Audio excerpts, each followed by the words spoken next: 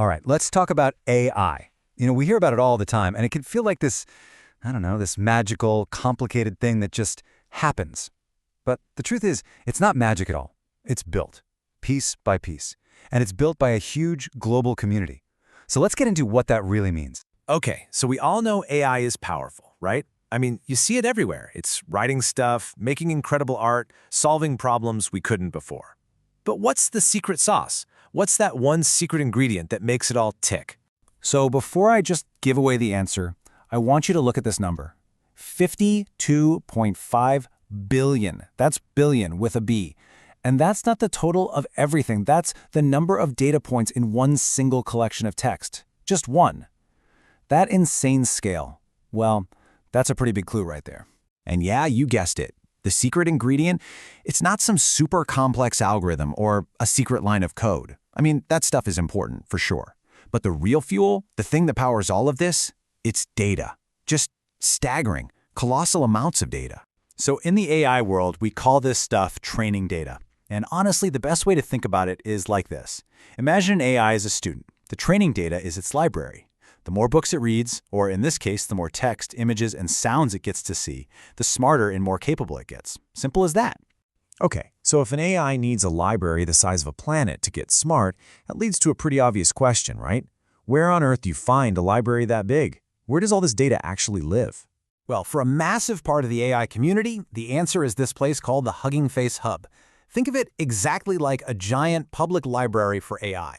Except instead of shelves of books, it's packed with all the raw ingredients you need to build artificial intelligence. It's basically this central spot online where literally anyone, we're talking giant tech companies, university researchers, even just a curious person messing around in their garage, can share and access these building blocks. The whole thing is built on this idea of community and sharing. And when I say the scale of this whole thing is big, I mean, it's hard to even wrap your head around. We're basically looking at an entire universe of data, all created by the community. Just look at that number. Almost 500,000. And that's not 500,000 individual files. That's 500,000 data sets. Entire collections, every single one of them is like a potential textbook for an AI. That is what happens when a community comes together to build something. And it's not just, boring text files. The data comes in all shapes and sizes. In AI, there's this kind of nerdy term, modalities, which really just means different types of information. We're talking text, images, audio, video, even 3D models and map data. And that variety is so important because it's how AI learns about the world in all its messy, complex glory. This quote really just says it all, doesn't it? The AI community building the future. It's such a good reminder that this isn't about one company owning everything. This is a massive, collaborative project to figure out what the future of intelligence even looks like. So who exactly is this community? Well, first you've got the big players you'd probably expect. Tech giants, right? Companies like NVIDIA, Microsoft, OpenAI, they're all in there, sharing massive data sets that really help push the whole field forward for everyone. But it's not just about the big corporations. You've also got these incredible pioneering research labs, places like the Allen Institute for AI or Anthropic. They're really focused on the deep foundational science and making AI safe. The data they share helps us understand this stuff on a whole other level. And then, and this might be the coolest part, it's also just thousands of smaller teams and individuals, regular people, folks with usernames like MiraMind AI or Kadata, people who are just passionate about solving a particular problem, so they create and share their own data. That's what really makes this whole ecosystem so powerful and so open. Okay, let's make this less abstract. Look at a few of these examples. You've got OpenAI sharing thousands of math problems to teach an AI how to reason. Then you have a small team, Codata, sharing 100,000 images of food so an AI can learn to recognize what you're eating. And Anthropic, sharing all these dialogues to help make AI safer and more helpful. You see, each one is like a little building block for a very specific skill.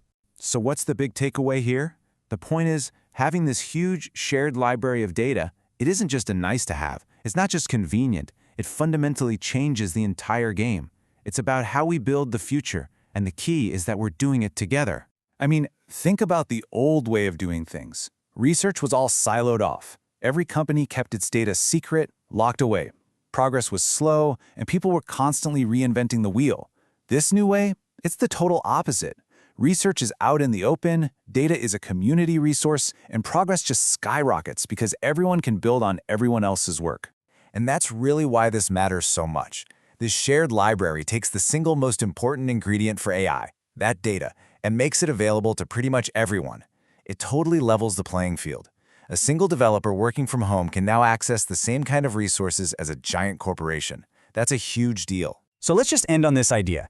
For really the first time in history, we have this global community that is openly sharing the fundamental building blocks of intelligence.